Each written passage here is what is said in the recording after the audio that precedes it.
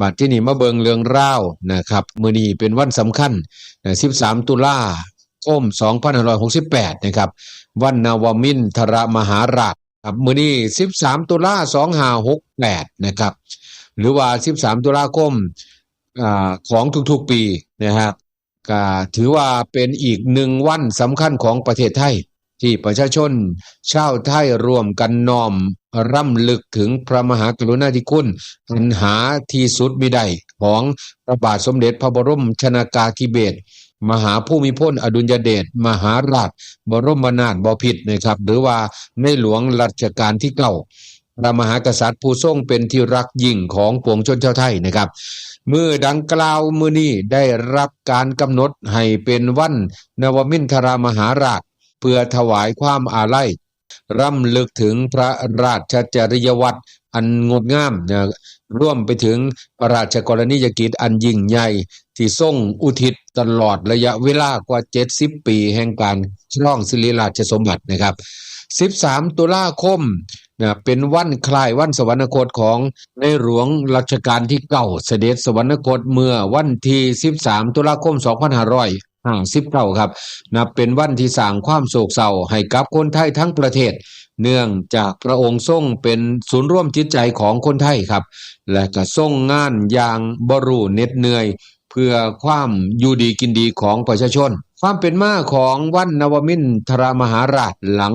การเสด็จสวรรคตของในหลวงรัชกาลที่9รัฐบาลไทยก็ได้กำหนดให้วันที่13ตุลาคมของทุกปีครับเป็นวันคล้ายวันสวรรคตเพื่อให้ประชาชนได้ร่วมกันแสดงความจงรักภักดีและรำลึกถึงพระมหากรุณาธิคุณของพระองค์ต่อมาปีพ.ศ. 2560ครับที่ประชุมคณะรัฐมนตรีก็ได้มีมติในวันที่13ตุลาคมเป็นวันหยุดราชการและก็วันสำคัญของชาติและก็ในปีพ.ศ. 2566ได้รับพระราชทานชื่อวันดังกล่าวอย่างเป็นทางการว่าวันนวมินทรมหาราชตามพระราชวินิจฉัยที่ได้รับคำถวายจากสมเด็จพระสังฆราชสกลมหาสังฆปรินายกในทุกๆปีครับเมื่อถึงวันที่13ตุลาคม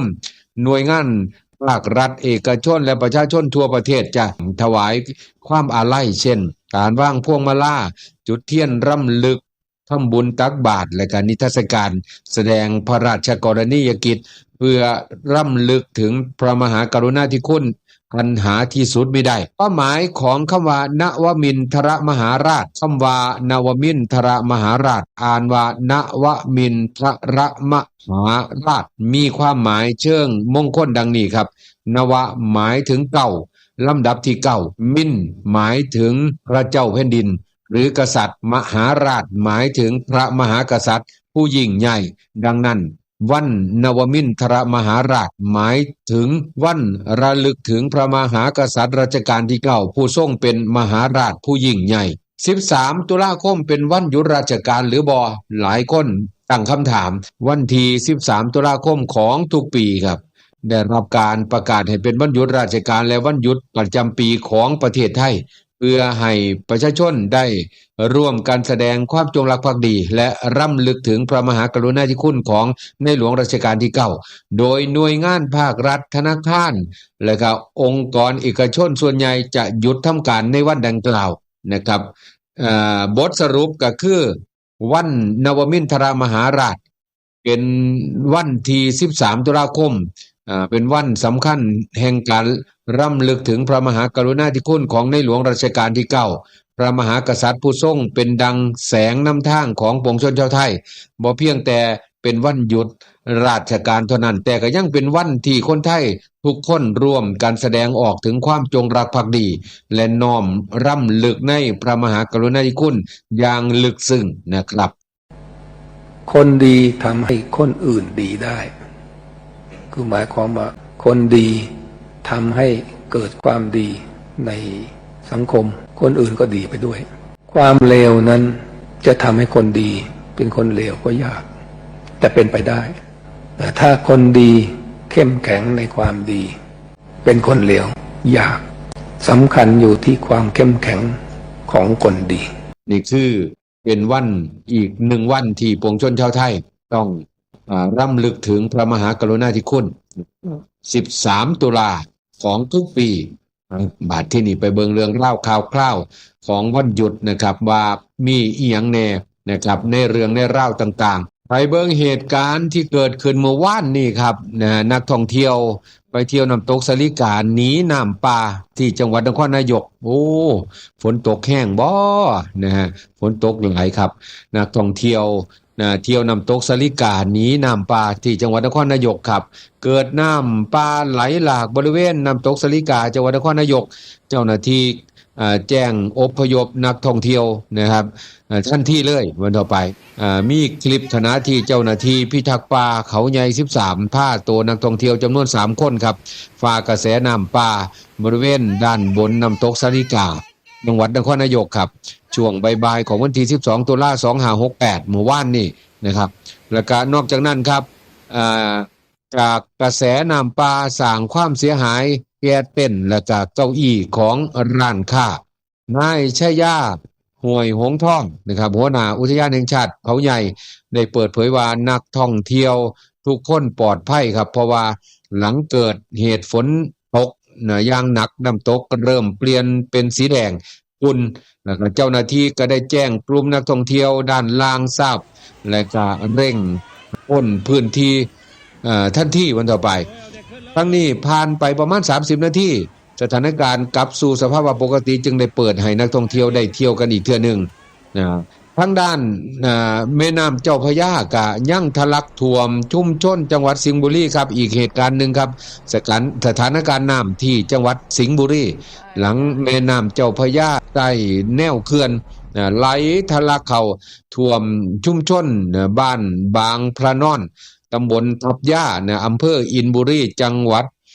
สิงห์บุรีนะครับเจ้าหน้าที่ระดมเครื่องจักรบ่ว่าสิเป็นหนักหรือว่าเบาขนบิ๊กแบกบนทั่วไปก็กระสอบทรายพร้อมกับตอกเสาไม้อูดร้อยรั่วแต่ก็ยังคงบ่สำเร็จบนทั่วไปยังไหลอยู่บนต่อ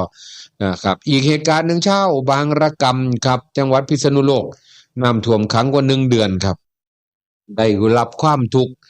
พอสมควรบนต่อไปส่วนที่อำเภอบางระกำจังหวัดพิษณุโลกครับกลุ่มผู้สูงอายุและก็ผู้ป่วยติดเตียงซึ่งก็ได้ใช้ชีวิตท่ามกลางน้ำท่วมขังกันมากกว่า1 เดือนแล้วเด้พี่น้องครับไปไสมาไสบ่ได้อีพ่ออีแม่ค่อยนะครับมีภาวะเครียดสะสมเมื่อเจ้าเห็นเจ้าหน้าที่นำถุงยั่งชีพเข้ามาแจกจ่าย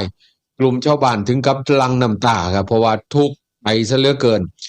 ใจสิเจ็บสิป่วยก็ยังต้องมาเจอสภาพว่าแบบนี้อีกคนต่อไป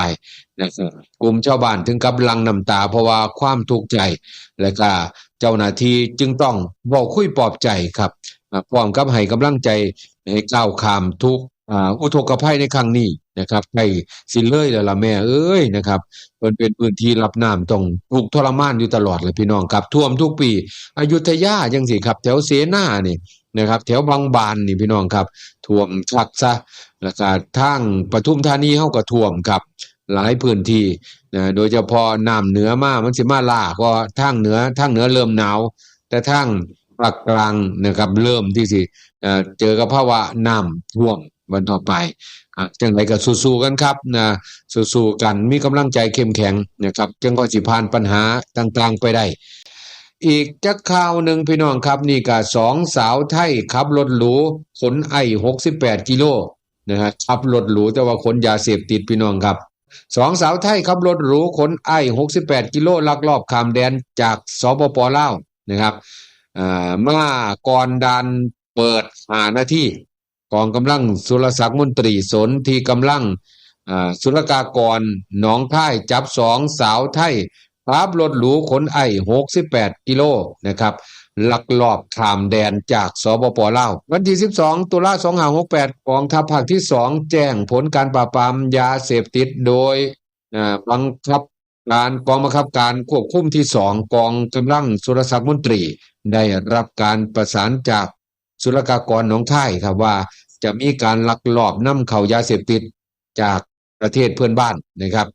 บริเวณด่านพรมแดนถาวรสะพานมิตรภาพไทยลาวแห่งที่2ตำบลมีชัยอำเภอเมืองหนองคาย จังหวัดหนองคายครับจึงจัดกำลังร่วมกันหน่วยความมั่นคงภายในพื้นที่การเฝ้าตรวจนะครับกระทั่งตรวจพบรถยนต์ต้องสงสัยขับข้ามสะพานมิตรภาพไทยลาวแห่งที่หนึ่งมาจากปุระฟังสปปลาวก่อนปิดด่านประมาณ5นาทีเท่านั้นนะครับมีผู้ขับขี่เป็นหญิงชาวไทยและก็ผู้โดยสารเป็นหญิงชาวไทย1คนคณะเจ้าหน้าที่กำลังตรวจสอบสังเกตเห็นความผิดปกติของรถยนต์ครับแล้วก็สิ่งของภายในรถจึงนำรถเข้าทำการสแกนด่านศุลกากรหนองคายผลของการสแกนปรากฏว่าสิ่งผิดปกติเก็บอยู่ในล้ออะไหล่แล้วก็ใต้เบาะที่นั่งผลการปฏิบัติสามารถจับกุมผู้ต้องหาได้2รายพร้อมของกลางเป็นไอ้หนักประมาณ68กิโลกรัมนะครับในการรถยนต์1คันปัจจุบันได้นำผู้ต้องหาครับพร้อมของกลางทั้งเบิดมาดำเนินการสอบสวนขยายผลเพิ่มเติมณด่านศุลกากรหนองคายก่อนส่งมอบให้กับสภ.เมืองหนองคายเพื่อดำเนินคดีตามกฎหมายต่อไปทำผิดนะครับแม่นสิรถหรูปานใดแม่นสิร่ำรวยปานใดครับคันทำผิดก็ต้องรับโทษล่ะแม่นบ่พี่น้องครับสำหรับเรื่องยาเสพติดอย่าไปยุ่งอย่าไปเกี่ยวครับเขาเจ้าบอกแล้วว่าคนเสพตายคนขายติดคุกนะครับบ่พ้นสโลแกนนี้วันต่อไป